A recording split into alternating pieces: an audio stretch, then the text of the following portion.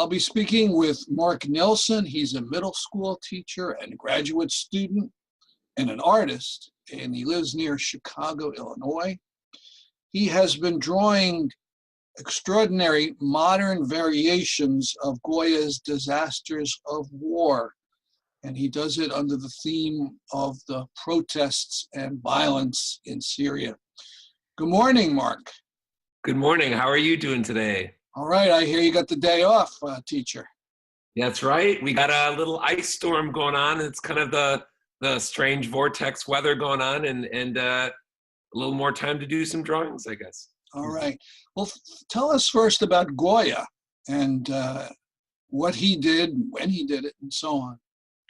I've always loved Goya. He's one of these artists that lived almost two lives. He was a court painter, an official court painter, but he had this rich and passionate interior life that reflected in some of his art that he did. And it was a very traumatic time during the from 1810 to about 1820 in Spain.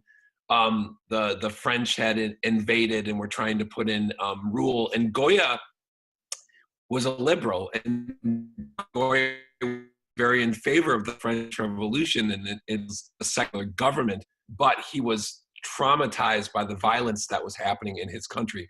So privately, because he knew it would be politically dangerous, because he was working for whoever was in charge, the Bourbons or the French, whoever was in charge, he was working for.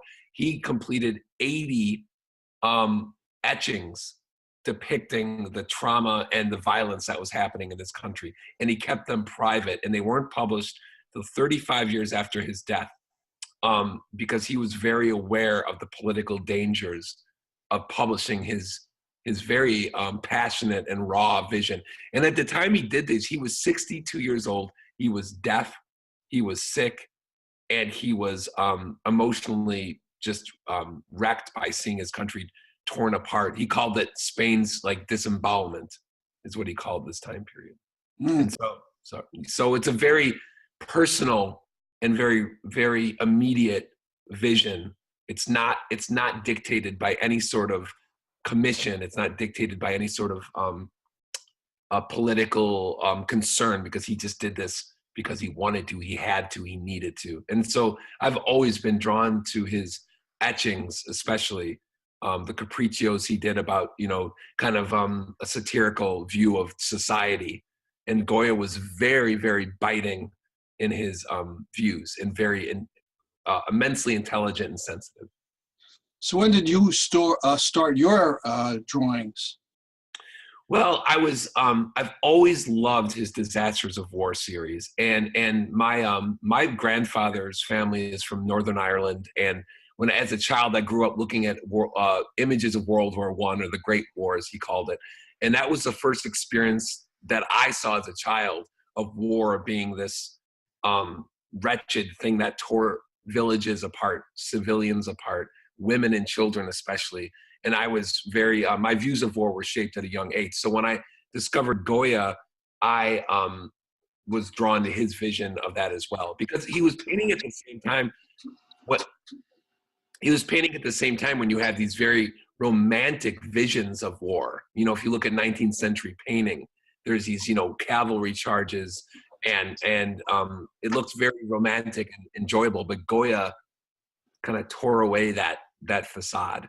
So I started looking at these, and since we have such a wealth of images coming from modern contemporary issues and crises, I immediately saw a connection between the injustices that were happening to some of the Spanish civilians and the injustices that were being perpetrated on the Syrian civilians who were exercising their democratic rights.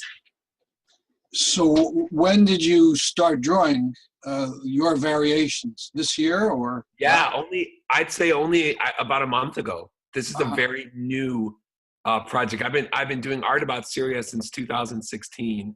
And the reason I started is just because I was too haunted by the photos coming out of people being shot in the street, and children being just indiscriminately targeted. And as a teacher, I couldn't sit there, and I had to just draw So, but only about a month ago, I started to kind of do these drawings. So, and what is the medium? I'm no artist, so is it pen and ink or is it something else? Yeah, so it's a combination of different things. It's because I wanted to emulate the etching process of using line, but yet I don't have my own acid baths in middle school. They don't really allow that so much. So I started using pen and graphite and charcoal, and those are my primary mediums. And sometimes I will bring them onto my digital tablet, which is a great. I have this little pencil I can use on my tablet, and then I can add more lines and richness because Goya would print and reprint and do these rich darknesses. So that's kind of what I do. So promoting Enduring Peace is putting up these drawings, Goya's and yours, as you produce them. And I wonder if we could talk about them in detail. I'm going to try to find the first one. But maybe you could talk about the first one while I'm fooling around here. Sure. In Goya's first print, he called it Premonitions of War or Premonitions of Things to Come. And I decided that what I would do for my first print, I kind of want to mimic the poses of the characters in Goya's print and my print. So what I decided to do was focus on some of the young Syrian boys in Dada, I'm probably pronouncing that wrong, but that were arrested, tortured, and just mutilated and murdered because of some perceived because they were expressing their views about not wanting Assad to be president. The government targeted children for spray painting, slogans, or for taking part in some of the early protests, and they literally would target and kill these children. So the first image. So Goya's first picture, just a man on his knees, and that's a premonition. Mm-hmm. Yours is a little different. Your first one with someone holding a kid. Yeah, and it was kind of, that's the premonition of things to come, because that's what really sparked some of the really strong protests. Because when you start targeting children, whether it's in Palestine or whether it's in Syria, you start going after kids with government forces. That is an ugly, terrible thing to do. And I think that is kind of the beginning of the real outrage from the Syrian population when they saw the lengths that the Assad government would go to silence people, including children, for speaking their mind, for being part of a democracy, supposedly. So the second one, I think, is Goya's most famous, or at least most familiar to me, with the people shooting. And then there's your variation.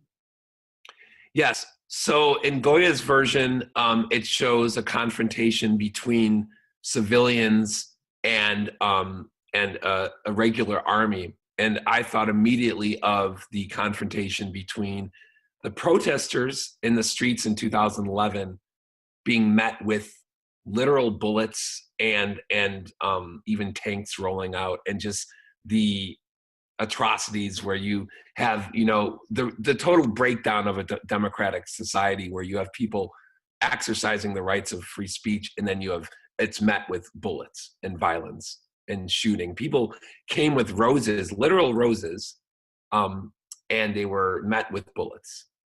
In the third one, in Goya's, it looks like a man with an axe, maybe a civilian or with an axe, and then a soldier on the ground. Yours is different.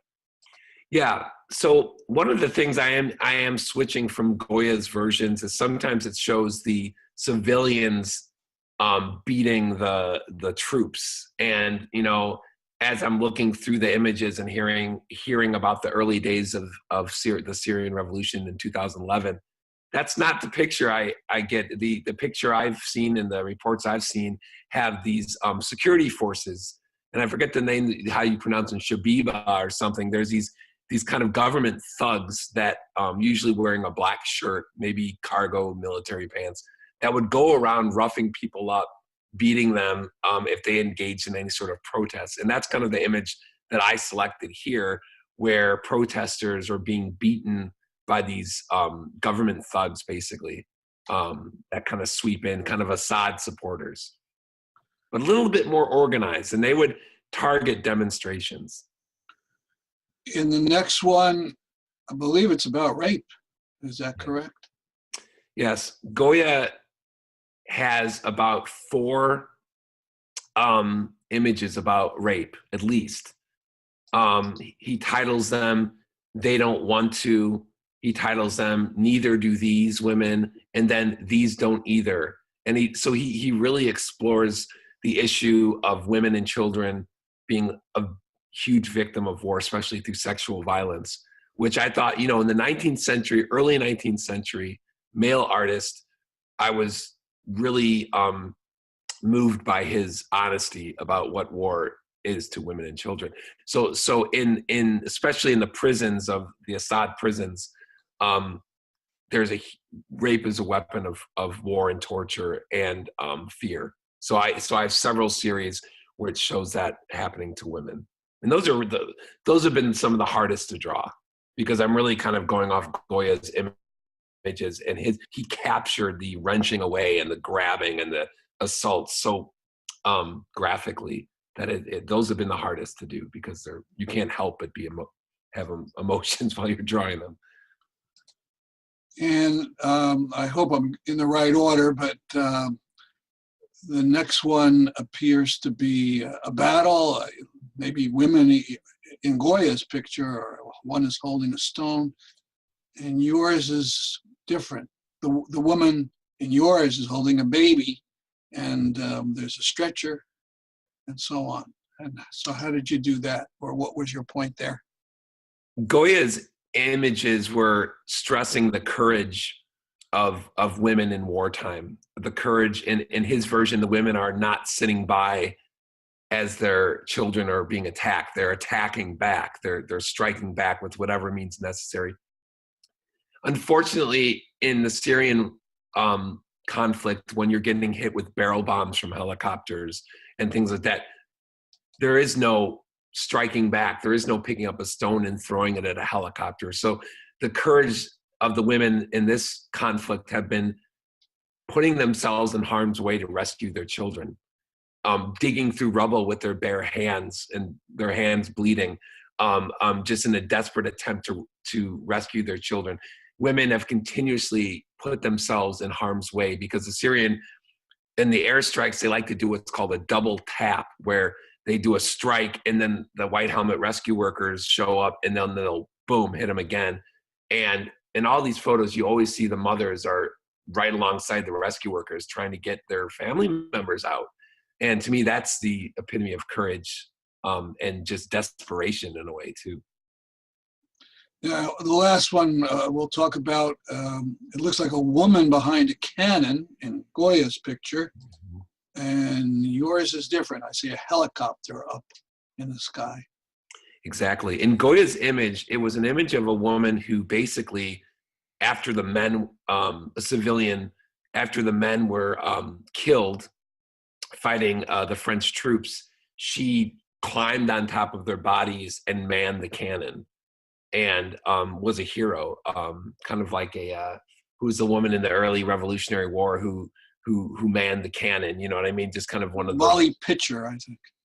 That's right. So that was kind of that image. And in my image, again, it's this reality of modern warfare where the mother is reaching desperately up for her kid or a child who's being passed down from above from a ruined building, while a helicopter is dropping barrel bombs and getting closer and closer and closer. And she's putting herself right in the way of that just to get the kid out.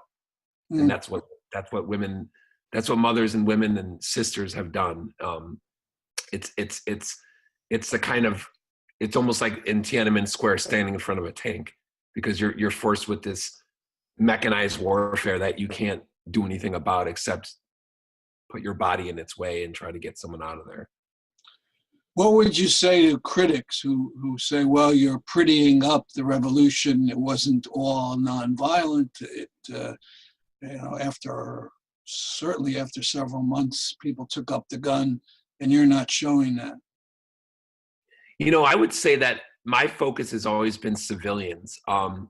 It's definitely true that the Free Syrian Army started taking up guns, and then also, unfortunately, a lot of extremist groups jumped into the area, and it kind of makes the whole military situation very confusing. You've got secular Free Syrian Army guys, and you got jihadis in the same group, and they're both Assad is their common enemy. So what I do is I focus on the civilians, the people who are not fighting with weapons. That's why I do a lot of art about the Syria civil defense workers, the white helmets, who have gotten a lot of fake news about them from mostly Russian media, painting them out to be also terrorists as well, even though a lot of that is just completely fabricated. So I focus on people who are without arms, who are trying to go to school, who are trying to survive, and that's my focus, and that's always been my focus. In all the art I've done about this conflict, I've never drawn anyone shooting back or fighting it, and I definitely do not glorify the violence on either side. I'm more concerned for the average, the person like me, a teacher. A lot of my friends I've met have been teachers or parents, and they have the same concern that we have for our children, and that's what I focus on. When did you first get interested in Syria? Well, so my wife and I traveled to Turkey many times we both love the history and the culture and the music. I especially love the music of Turkey, and while we were there, we were near Lesbos, the island that eventually a lot of Syrians ended up desperately trying to get to escape the war. And it was soon after we got back from that I started to see a lot in the news about the Syrian revolution. But, this is sad. I didn't start doing art about it till 2016. I was doing a lot of art about past atrocities, the Armenian genocide, because I was in Turkey. I was kind of interested in the suppression of that, not talking about it. Don't talk about that. A lot about the Holocaust. But then I couldn't not, once I started to see the glut of images pouring in over social media, over the news, I had to respond. And it wasn't, again, it's not to make money. It's just it's a reaction. And if you're an artist, as you know, as a creative person, that's just part of your nature. You just have to respond. You can't not be silent, or you can't be silent. Sorry, I didn't mean to say. So we'll be seeing more of these images up on the website of Promoting Enduring Peace, which is peace.org. And I believe you have a website, is that right? Yeah, my website is marcnelsonart.com, and I try to update it almost daily, depending on how close I am to my art material. Sometimes the weather precludes me from getting into the studio, but I update that daily, and I'm going to try to do all 80 etchings. Try to do them, because I'm just there's so many parallels, and Goya is such a genius with his view. So I want to kind of just follow his lead and just kind of see how he explores the conflict. Thank you so much for this interview. Thank you, Stanley. I appreciate that.